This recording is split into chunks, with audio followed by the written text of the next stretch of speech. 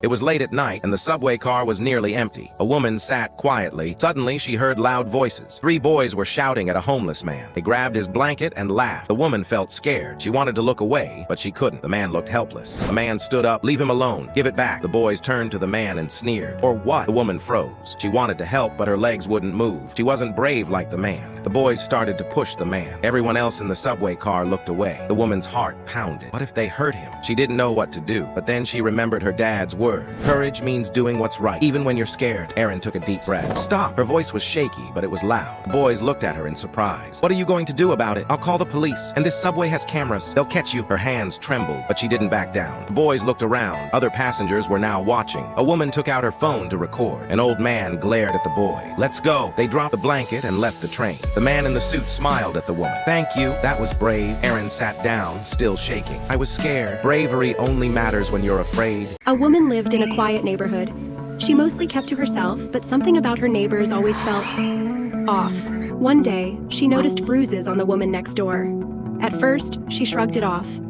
But then she saw the same marks on their little boy, and the fear in his eyes broke her heart. Late one night, just as she was about to go to sleep, she heard it. Screaming from next door, louder than ever before, things smashing, the little boy crying. And then, the neighbor woman screamed, "Please stop!" She panicked. Without thinking, she called the cops. Within minutes, police arrived. They knocked on the door, and after what felt like forever, the neighbor man was taken away in handcuffs. For a brief moment, she felt relief. Maybe now the woman and her son would be safe. But the next day, her neighbor came over. She thanked her, but said it only made things worse. Her husband was furious now, and she was terrified of what might happen next.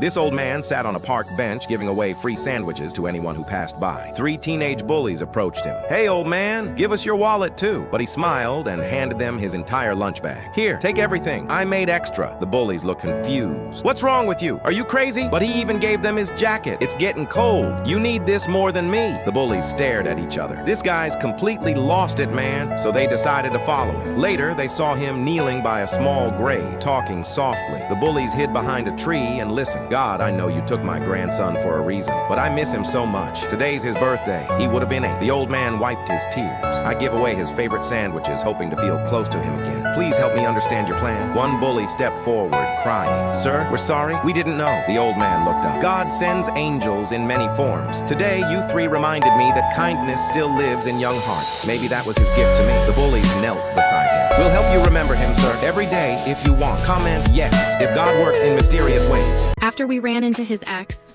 I never expected to hear my husband crying behind the bathroom door. My husband and I met 2 years ago, fell in love quickly, and got married. We've been married for 6 months and are expecting our first baby. Last weekend, we bumped into his ex. They had been together for 9 years, but she ended things because he wouldn't commit. Now she's pregnant, holding hands with her new partner. My husband insisted on talking to her, even though we could have walked by unnoticed. After the encounter, I noticed a change in him. He's been distant and distracted, and that night, I heard him crying in the bathroom. When I confronted him, I discovered he had messaged her again, apologizing for their past and saying, "Some things aren't meant to be." His words left me shaken. He says he's committed to me, but his emotions are tied up in someone else. Now I'm questioning if he's really moved on. If I confront him about his feelings, I risk opening old wounds and pushing him further away. I'm stuck.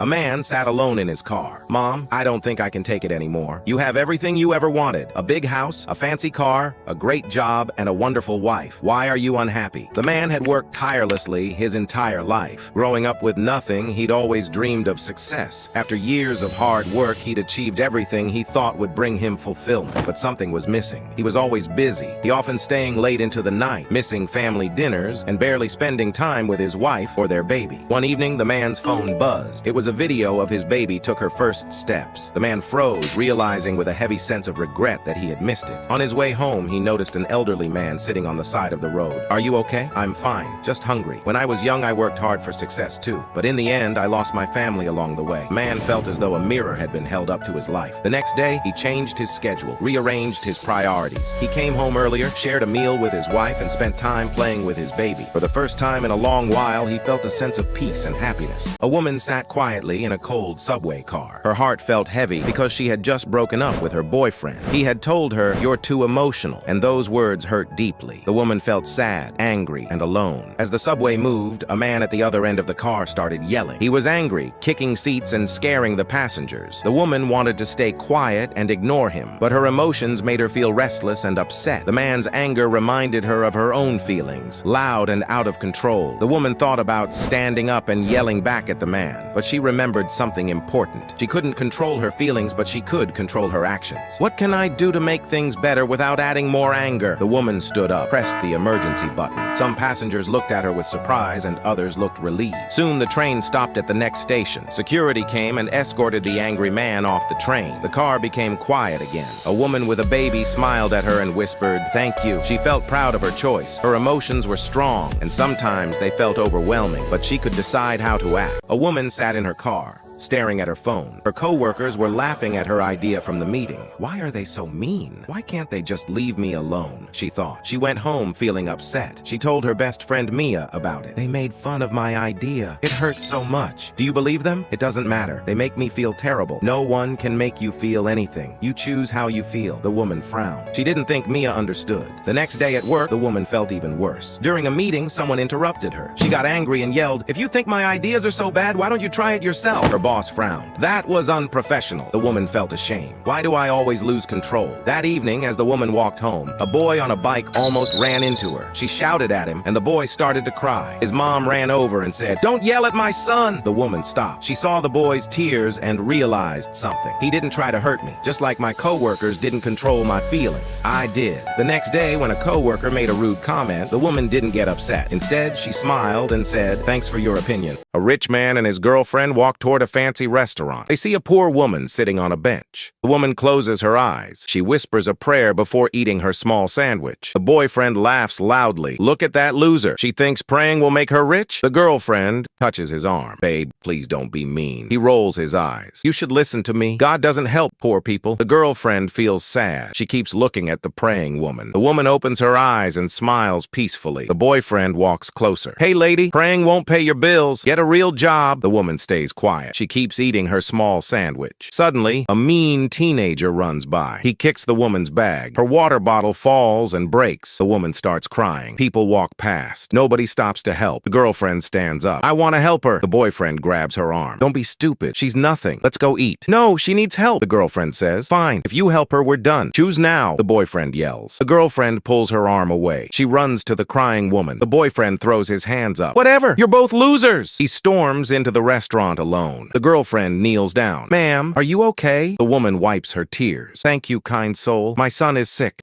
I lost my job yesterday. I only have faith in God left." The girlfriend's eyes fill with tears. The girlfriend opens her purse. She pulls out a business card and a check. "I'm the CEO of a medical company," the girlfriend says. "This check is for $50,000. Use it for your son." The woman gasps. "But why? You don't know me." The girlfriend smiles. "Because God put me here today. He sent me to help you. True faith means showing God's love through actions, not just words." The woman hugs her and cries, "You're my angel. God heard my prayers." Inside the restaurant, the boyfriend watches through the window. His face turns red with shame. The girlfriend helps the woman stand. "My company also has a job opening. Come tomorrow for an interview." The woman calls her an angel sent from heaven. The girlfriend waves goodbye and walks away. She doesn't look back at the restaurant. The boyfriend runs outside. "Wait, I'm sorry." But the girlfriend keeps walking. "Maybe next time you'll have faith in goodness, not money." Drop a heart if you believe God's faith shows through our actions, not our words.